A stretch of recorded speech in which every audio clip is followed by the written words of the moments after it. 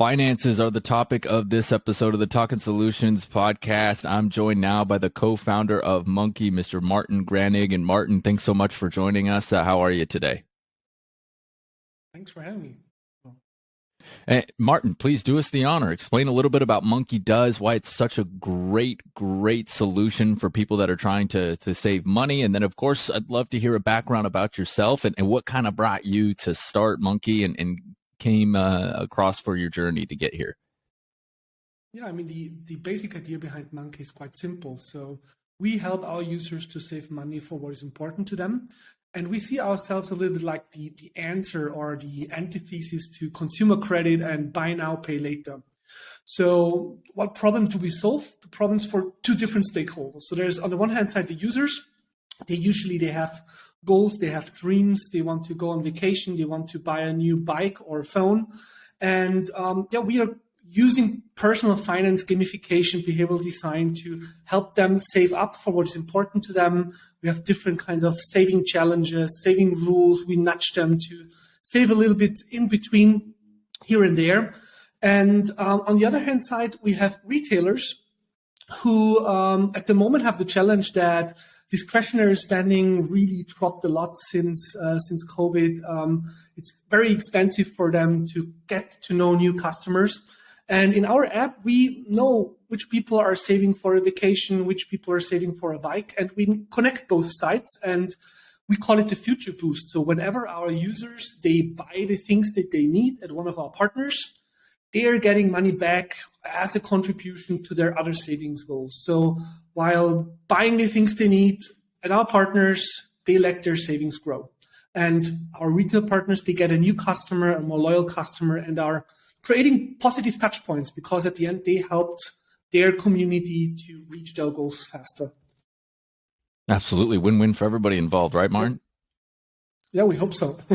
Yeah, awesome. And tell me a little bit about your background. You know, what kind of what's been your history in the past, and what's kind of brought you to this point to be in the position where you're a co-founder of Monkee and creating such a great solution for this problem. Yeah, I mean, previously to Monkee, I've been working for 15 years in the corporate world. So at a company called Swarovski, they're in the consumer goods industry. I've been in several different senior management positions there, from product management to marketing. And my last step in the corporate world was being responsible for the global innovations department. And there I've been working for one of the owners of the company on some more explorative projects in the area of activity trackers, emotions trackers. So all projects where it was about capturing data, using data to help people improve their habits, living a healthier life. And this is where I had the chance to go quite deep into the topic of gamification, nudging, behavioral design, and so on. And I always had a personal passion for finance, so I'm a frugalist myself. So when I consume, I think twice if it makes sense. When my daughter was born, for the first time in my life, I took 3 months off. I was on paternity leave together with my wife and my daughter. We were going to Australia and New Zealand, and there, for the first time, I had the chance to also think a little bit about my future, which type of father I want to be for my kid. And there I created this deep passion for doing something which has a deeper purpose in the future. And yeah, when I came back, I think half a year later, together with a friend, we both quit our jobs and started working on the project that we now call Monkee. Ooh, well, congratulations on that, because, it takes a bit of a risk and a bold move to, quit that security, especially after just having a kid and going after it on your own. So fantastic, because I think that that's such a great thing to think about, that deeper purpose that you were talking about on that front as well. And Martin, I know that you and I had a conversation prior to this, and one of those things that we talked about was a little bit about the different mindsets. Obviously, you're based over in Europe, and your app was a little bit different in that it was more about savings versus over here in the US, we do a lot of things that are more related to investing and stuff like that versus kind of savings and things. And I just wanted to kind of get your perspective of what you've seen as a professional in the markets and whatnot, of what kind of the difference in thinkings are between people kind of in the US or versus in Europe and whatnot when it comes to kind of finances and things of that nature? Yeah, I think compared to the US, Europe, but especially the German-speaking countries, they are much more risk-averse when it comes to investment products. So in the first step, the vision behind Monkee was really going into micro investments and helping a broader market to invest in small increments into investment products. And after we did our user research, we realized that there is such a huge entry barrier when it comes to investment products that we moved back one step and really wanted to start with savings in the first step.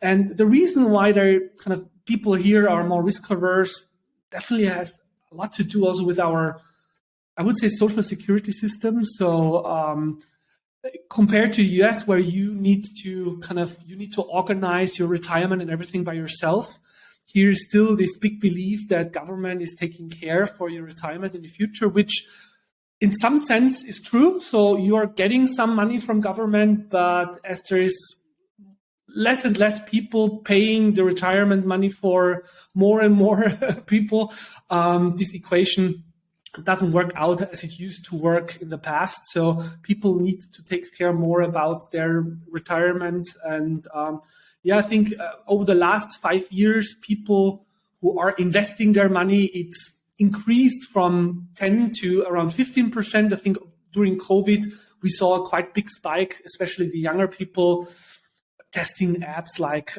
Trade Republic. I think in the US, it's Robinhood and so on. I think a lot of people lost money there because it was more like gaming for them.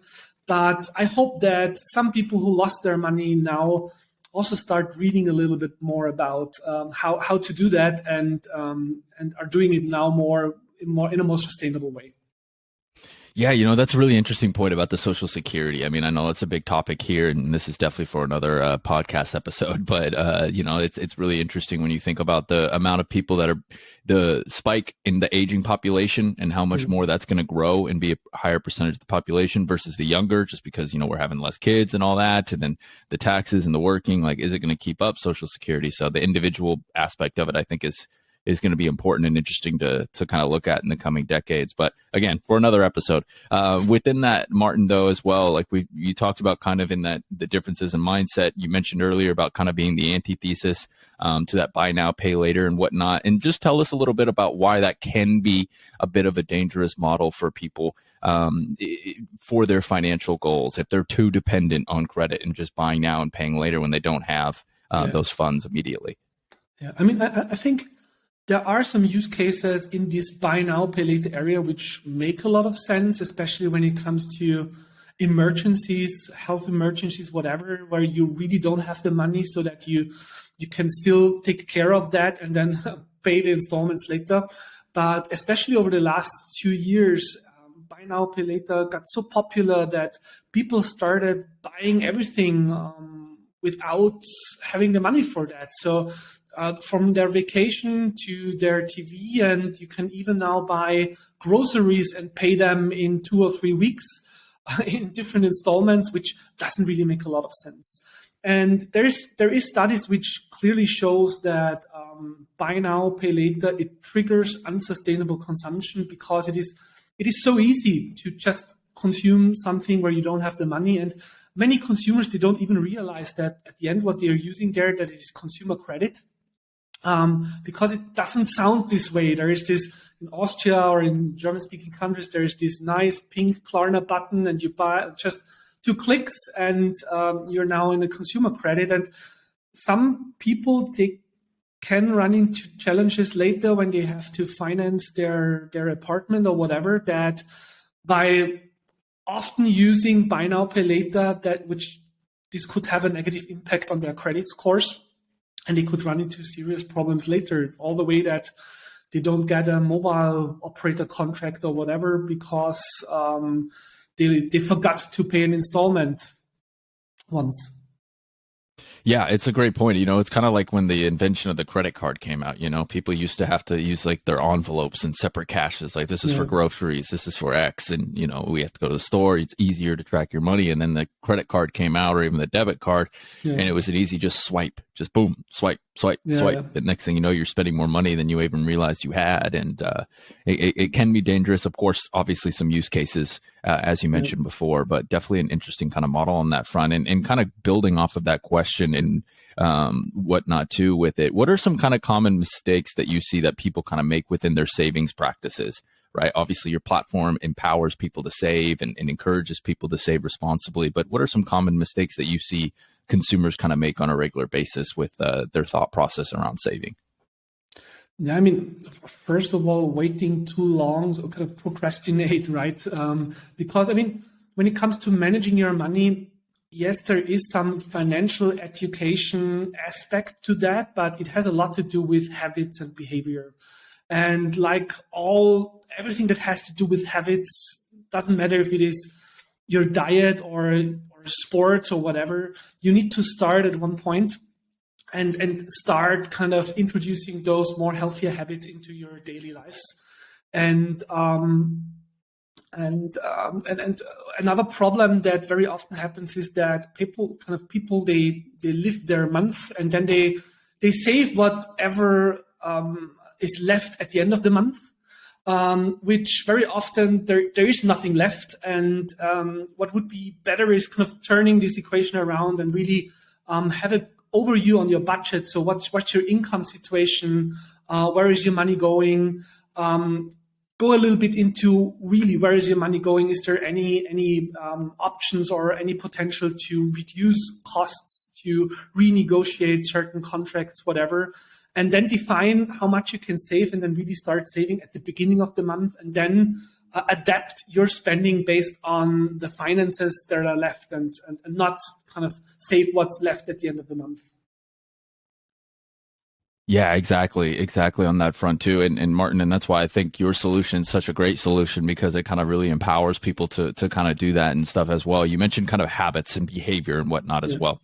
And obviously I think that comes from education and understanding what those habits are. What is a good financial behavior, right? What are good habits financially as well? And that's kind of where I think your solution comes into play with Monkee as well, because not only have, like you described earlier about how you guys help people save for goals and things of that nature, for purchases, you partners and everything as well. But you also, at least according to your website, from what I've seen and everything, you have quite a robust training center to really kind of empower these people to learn about savings as well and whatnot. So why is it that financial education and learning how to properly save and manage your money is such an important aspect of your business to really kind of help these consumers learn as much as they are using your platform as well?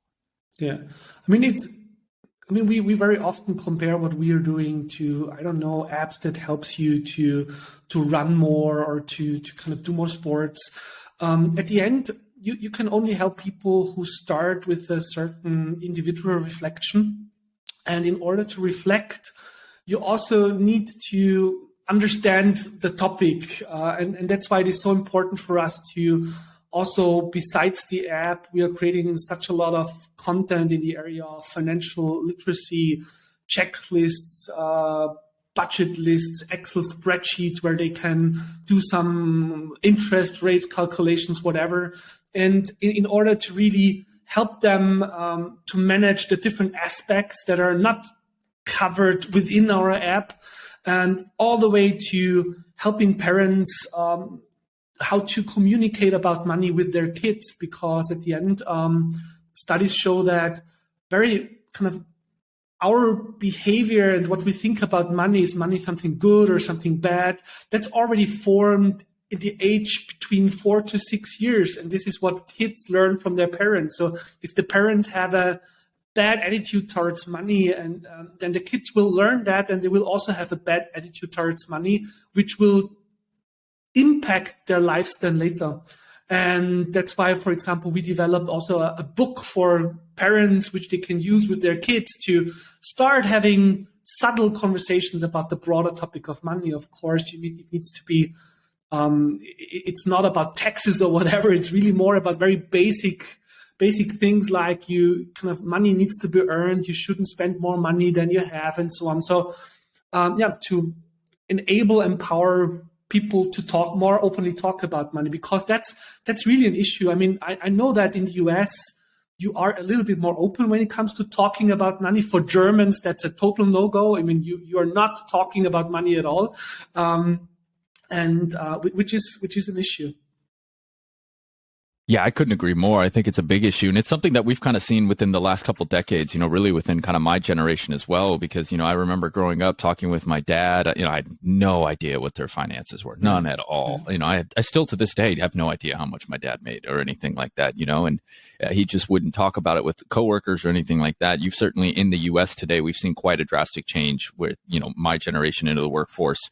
Kind of those millennials, especially more so Gen Zs as they enter the workforce. We're seeing everybody be super transparent. And of course, that's exposing a lot of, again, another topic or another conversation to have, but a lot of discrepancies amongst pay and individuals as well. But being able to talk about that and show it is such a valuable asset to learning financial education as well, which I think is a great way that you're kind of empowering people to do that on that front too. So, Martin, take us through the app a little bit. You told us how it helps with the saving goals. If you make a purchase with one of the partners and you get an X percentage back a little bit, but if I'm a user and I'm just signing up, what can I expect on the app in terms of kind of seeing the flow and getting started with it to really use it and getting those encouragements, like you mentioned, to the sport type apps?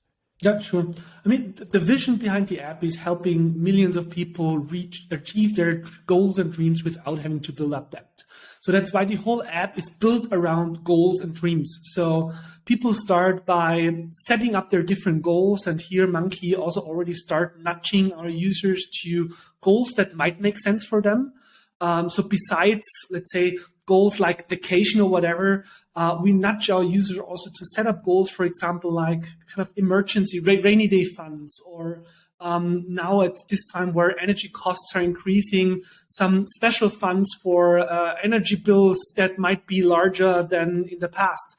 And we're not doing it in the way that kind of we say you should do, but we always use a little bit kind of this social proof element, peer comparison, to say other people who are similar like you, they're saving for this and that, because that's a really powerful anchor. And then you're connecting your existing bank account with Monkee. In the background, when you register Monkee, we are opening a bank account at our partner bank. And then you can start saving with just 2 clicks.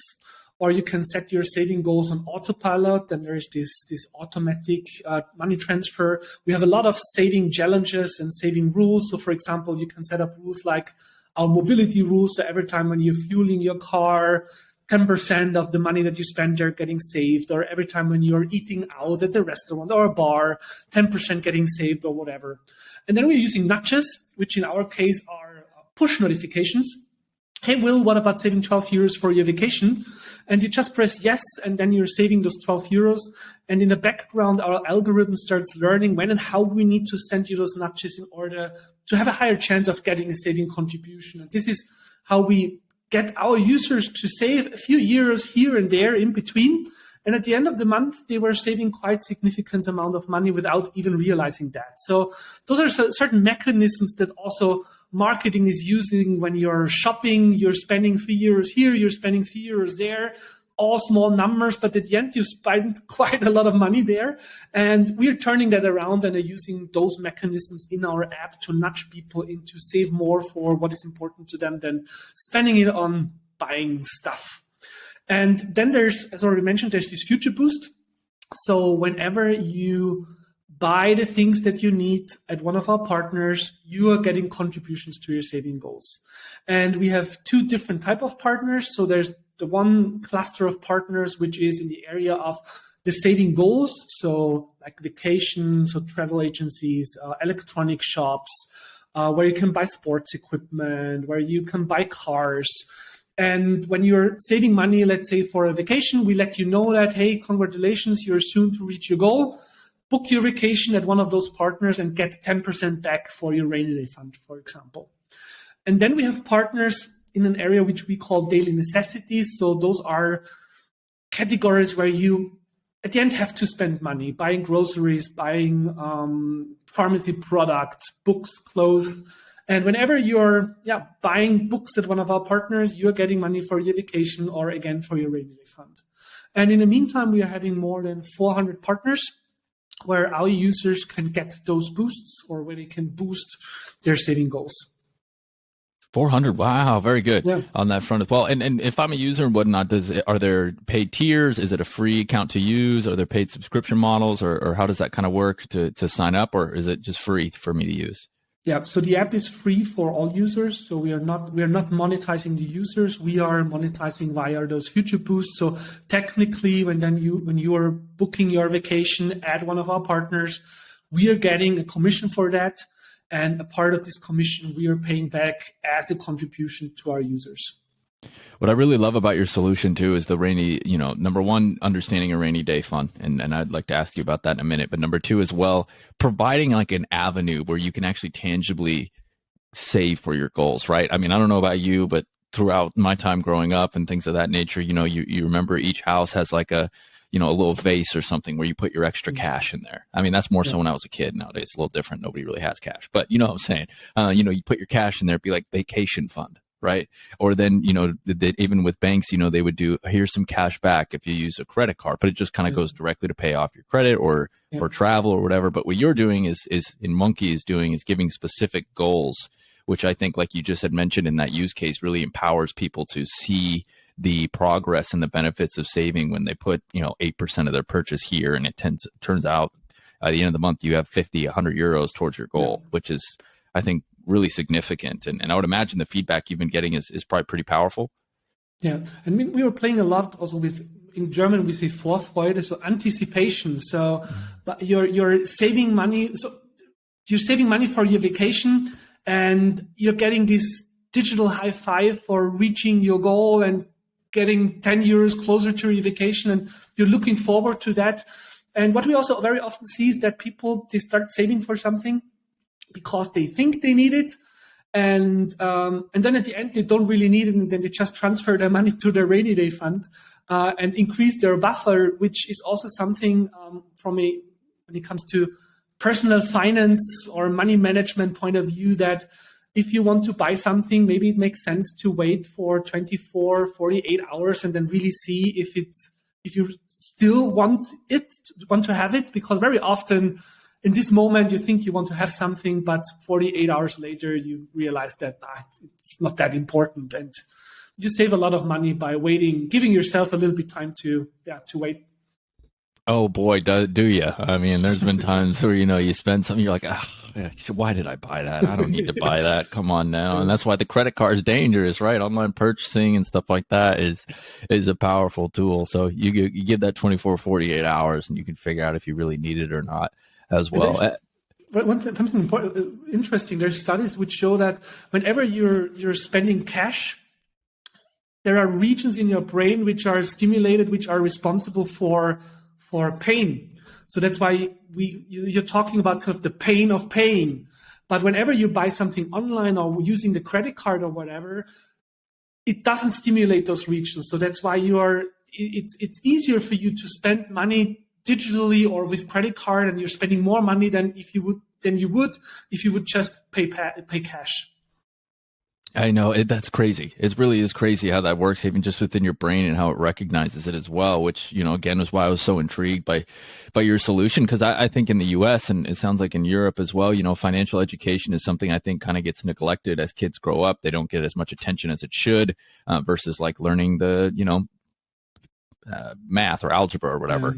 And I think it's just so important because, like you mentioned, to know that and to understand that and the savings and those principles are going to really benefit society and individuals in a big way, especially as they grow older and retire and whatnot too, with those good habits. And with that as well, we've mentioned rainy day fund a few times. I just wanted to define that for people as well, which I know is kind of vague because it can be anything emergency fund, but I would love for you to just kind of explain a little bit what kind of a rainy day fund is, or emergency fund, and kind of that purpose. I mean, the rainy day fund at the end, it's really your safety net for really severe emergencies like a job loss or a major home repairs or medical emergencies. And there is kind of this rule of thumb that your rainy day fund should be something in the area of 3 to 6 months of expenses. So if you are single, and maybe 3 months are enough, but if you are a family, you might have a rainy day fund of 6 months of expenses, of the value of expenses per month. And this money should be put on a separate account. and it needs to be available every time. So you should intentionally not invest this money in investment products where there can be the situation where you lost, I don't know, 20%, 30%, and you're forced to sell your stocks at a loss. So that's why an app like Monkee makes a lot of sense, because you have it in a separate account. You can pay it back with just one click, and we help you to build that up. And how do you come to this rainy day fund? So first of all, I mean, like everything at money management, it starts a little bit with your budget. So knowing your income situation, knowing where your money is going, if there are any opportunities to cut on spending. And another rule of thumb is that you should put 10 to 20% of your income away every month into your rainy day fund until this is filled, and then you can start investing kind of for your retirement, for example. But it's really important to start with your rainy day fund first, because that's at the end your safety net. And contrary to or beside rainy day funds, there's something which we call sinking funds, which is then more for more planned expenses like your vacation or car repairs or pet fund or for school trips, where you know that there are certain expenses coming in the future. It's not really an emergency, but you can start now putting away some money so that then when you have to pay the money, it's not putting you into a difficult situation. And those are two categories of funds which our users are using a lot. So besides these needs, which is then the rainy day fund and the sinking funds, then there come those ones like bigger vacations or a bag or whatever. Exactly. Yeah. And, I think the biggest thing too, when it comes to a rainy day fund or a sinking fund, is the impact it has on like your mental health, anxiety, and stress. I mean, think about that. I mean, I know for me personally, when I built mine up, knowing now, especially as someone who's self-employed, knowing now that I have this money that's put away just in case, for lack of a better word, shit hits the fan, and, I can cover it, like stress wise and anxiety wise. It makes me feel a lot better. So just throw that out to people there too, when they're thinking about, the importance of a rainy day fund and that sinking fund, and just knowing that you have that money available. So you're not freaking out about it and having to put it on the credit card too is really valuable. Yeah, it gives you a lot of peace of mind. And we must not forget that money worries are the number one factor for stress, even before health, relationships, your work. So there's nothing which puts you more under stress than not knowing kind of how to pay your bills at the end of the month. Exactly.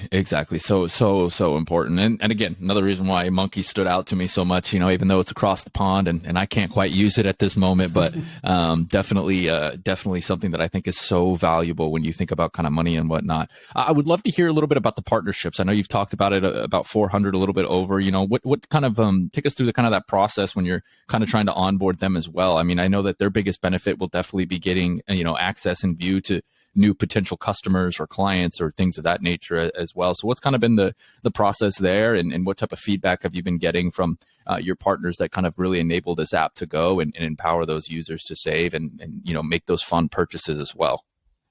Yeah, I mean, we're working with a large amount of different partners. So on the one hand side, to really offer our services, we're using with banking partners. So we are not a bank ourselves, but in order to be regulated and in order to protect all the funds and everything, we're working with banking partners in the background who are taking care of all the payment transactions, about protecting the money, about things like anti-money laundering and those things which need to be done on this hand side. On the other hand side, yeah, you mentioned the different Future Boost partners from Booking.com all the way to Fressnapf, MediaMarkt, which are kind of huge brands in the German-speaking countries when it comes to buying electronic products or pet food or whatever. And the big advantage that our retail partners see is that at the end we are bringing them customers where there is a really high chance that they need their things. Because if somebody is already saving money for a vacation, if we connect them with an online travel agency, for example, they know that they have the money, they really want to book a vacation, and there's a really high chance that at the end they're really then going to convert into a sales, which is a big advantage for our retail partners, which then leads to higher commissions for us and a higher future boost then for our customers at the end of the day. Again, win-win for everybody, right? New customer, more for the company, and then more for the user at the end of the rainy day fund, or I'm sorry, at the end of that savings goal to transition to another savings goal. And they're creating positive touch points, which is also something, there's a lot of companies talk about corporate social responsibility, but at the end, they really need to think about twice if it's really socially responsible to stimulate their community to buy things where they don't really have the money. So talking about buy now, pay later, right?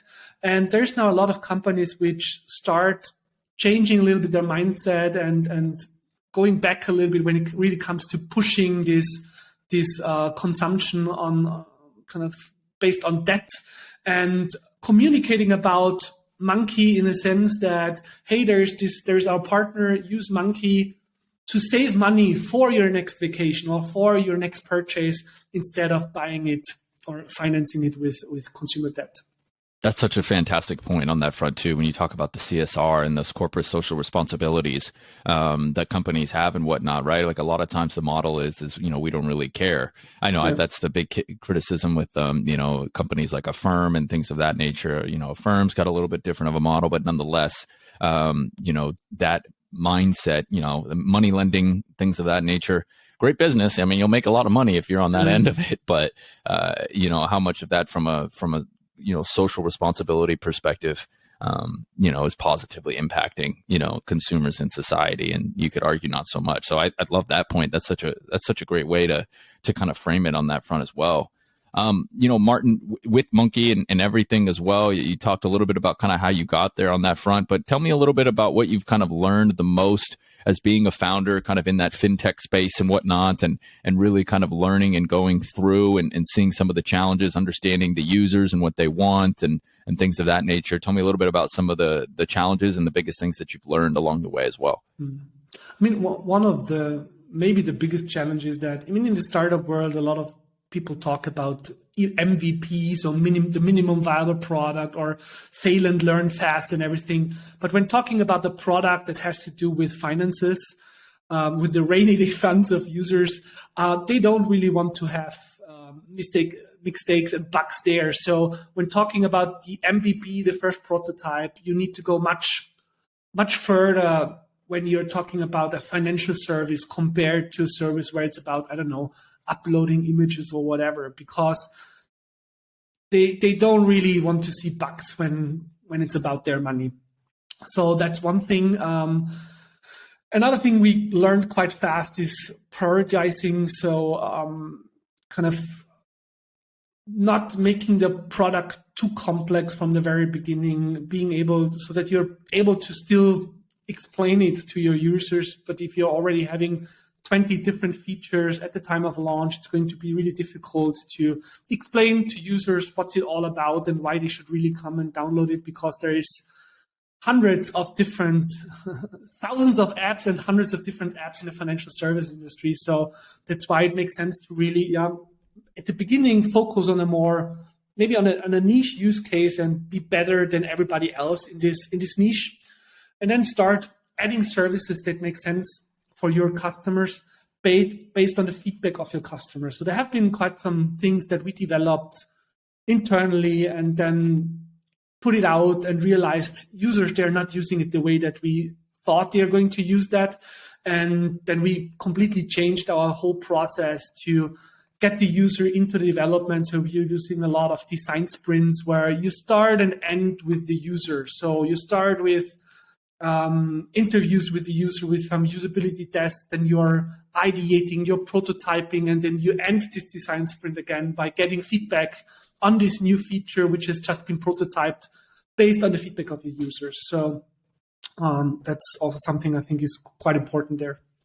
Oh yeah, I love a good product design sprint. You can always get so much value out of that from the Oh, users. yeah. Really validate those ideas to figure out if that's going to be something intentional that you should build. So I agree 100% on that front. I think it's such a great way to kind of understand your features, your users, what's valuable, what's not, especially when you go take them through that user testing. And Martin, as well, when we're talking about that and what you've learned and kind of the challenges and whatnot, which is fantastic. It's brought you to this point, which is a terrific point, and obviously fantastic that you're here, but there's always more to do, I'm sure. And I think you got a lot of ideas coming up, and I'm sure you and the team have a lot of ideas collaboration wise that you've come up with. So what types of things do you have in store for future plans of Monkee, especially as we are into 2023? I mean, one of the very intermediate next steps for us is so this future boost, it already works for online purchases, but we still spend quite a lot of money in stationary retail.